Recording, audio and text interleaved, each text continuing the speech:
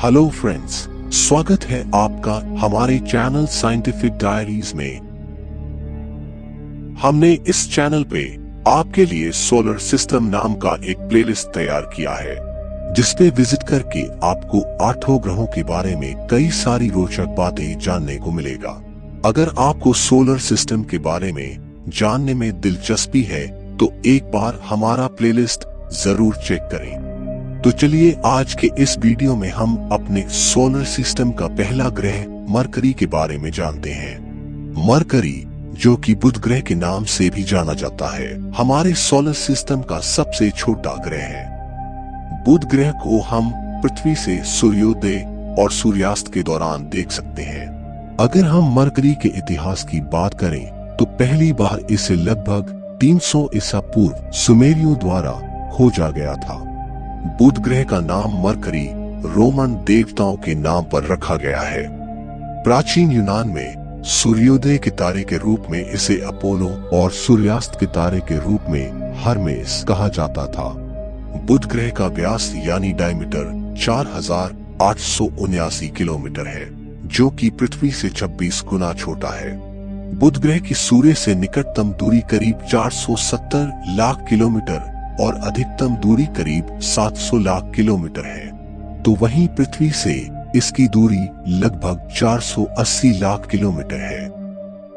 इसका घनत्व यानी कि डेंसिटी की बात की जाए तो 5.43 ग्राम पर सेंटीमीटर क्यूब है, जो कि इसे हमारे सौरमंडल का दूसरा सबसे घनत्व वाला ग्रह बनाता है। बुध ग्रह 70% धातु और 30% सिलिकेट से बना है। बुध ग्रह का मास 3285 इंटू 10⁻23 किलोग्राम है। इसका सतह समतल न होकर ऊबड़ खाबड़ है।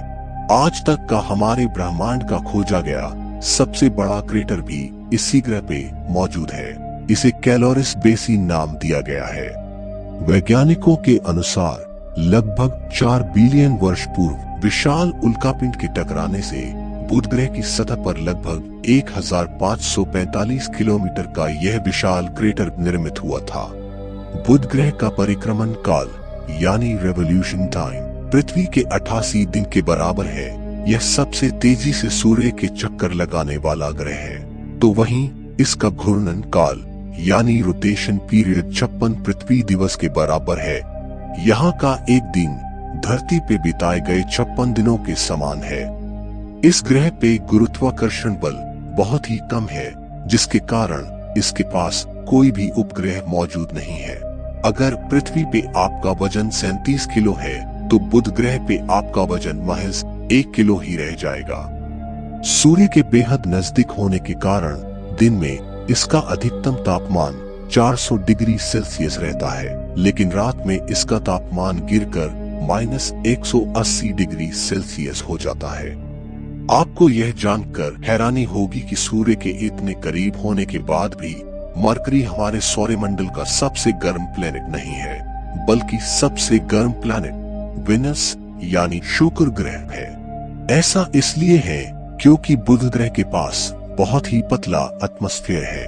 वहीं अगर हम वीनस की बात करें तो इसके पास बहुत ही घने सल्फर और कार्बन डाइऑक्साइड से बना एटमॉस्फेयर है, जिसके कारण यहाँ ग्रीन हाउस इफेक्ट होता है और इसके कारण यहाँ सूरज का गर्मी कैद होकर रह जाता है। इसी कारण यहाँ का टेम्परेचर मरकरी से ज्यादा रहता है।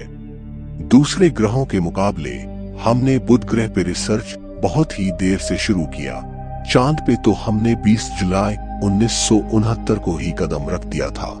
बुध ग्रह के तापमान और वातावरण के अनिश्चित जानकारी के कारण हमें इतना विलंब हुआ। बुध ग्रह के लिए 3 नवंबर 1973 में मैरिनर 10 नामक सैटेलाइट को नासा द्वारा भेजा गया। यह मिशन पूरी तरह से मरकरी पे आधारित नहीं था। ये एक फ्लाई बाय मिशन होने वाला था, जिसमें सैटेलाइट को वीनस और मरकरी दोनों ग्रहों का चक्कर लगाना था। यह सैटेलाइट शुक्र ग्रह का ग्रेविटेशनल फील्ड के सहारे अपना दिशा बदलकर मरकरी के ओर बढ़ा। इसने मरकरी के कुल 3 चक्कर लगाए और कुछ तस्वीरें भी खींची। हालांकि ये काफी लो रेजोल्यूशन की तस्वीरें थी, हमने इन तस्वीरों की मदद से मरकरी के सतह की मैपिंग की और पाया कि इसका सतह भी चांद के समान है। इस पे चांद के जैसे ही कई सारे क्रेटर्स है। पहले मिशन की सफलता को देखते हुए मरकरी को करीब से जानने का हमारा जिज्ञासा और बढ़ गया। इसीलिए नासा ने अगस्त 2004 में मैसेंजर नामक सैटेलाइट लॉन्च किया। देखा जाए तो ये पहला ऐसा मिशन था जो पूरी तरह से मरकरी पे आधारित था। इस मिशन का मकसद मरकरी के केमिकल कंपोजिशन, जियोलॉजी और मैग्नेटिक फील्ड को गहराई से जानना था। मैसेंजर ने मरकरी के ऑर्बिट में 18 मार्च 2011 को प्रवेश किया। इसने 2012 से 2015 तक कई सारे मिशंस को अंजाम दिया, जिसके जरिए हम मरकरी का सटीकता से मैपिंग कर पाए और बहुत सारी महत्वपूर्ण जानकारियां भी प्राप्त की। अपने सारे मिशन को सफलतापूर्वक पूरा करने के बाद 30 अप्रैल 2015 को इसे नष्ट कर दिया गया। अगला मिशन 20 अक्टूबर 2018 को भेजा गया, जो कि बेपी कोलंबो नामक सैटेलाइट है। ये यूरोपियन स्पेस एजेंसी ESA और जापानी स्पेस एजेंसी JAXA का जॉइंट मिशन है, जिसकी मदद से हम मरकरी के कई सारे अनसुलझे रहस्यों पे से पर्दा उठा पाएंगे। फिलहाल इसके लिए अभी हमें और इंतजार करना होगा। तब तक के लिए आप हमारे चैनल को सब्सक्राइब करके रखिए। चलिए तो दोस्तों, आज के लिए इतना ही। मिलते हैं अगले वीडियो में। तब तक के लिए गुड बाय। और हाँ, अगर आपको ये वीडियो पसंद आया तो इसे लाइक जरूर करें।